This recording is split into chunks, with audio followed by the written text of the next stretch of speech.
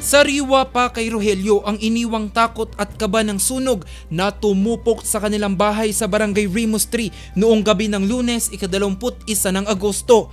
Naiwan kasi sa kanilang bahay ang 7 taong gulang niyang pamangkin at kanyang ina.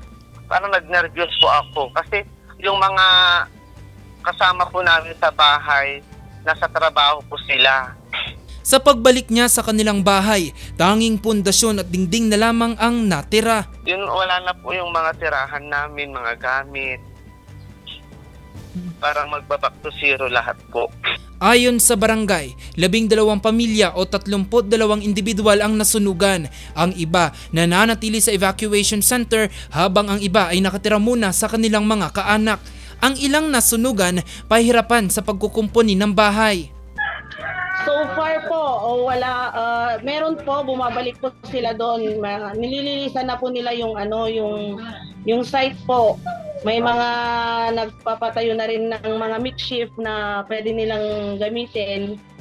And yung iba po, wala po talagang pwede nang magamit po doon, wala na. Iba't ibang organisasyon at ahensya na rin ang nagpaabot ng tulong sa mga nasunugan. Kaninang umaga, naghatid ng tulong ang pamahalang panlalawigan ng La Union. Sa ngayon ma'am, ginagather namin lahat yung mga tumutulong. May mga nagbibigay ng financial, other commodities such as clothes and other basic necessities. Yun ma'am, tapos dinidistribute namin sa kanila. Sa barangay naman ma'am, mamaya siguro magpapa-emergency meeting ako para sa kung ano mang tulong yung magagawa namin.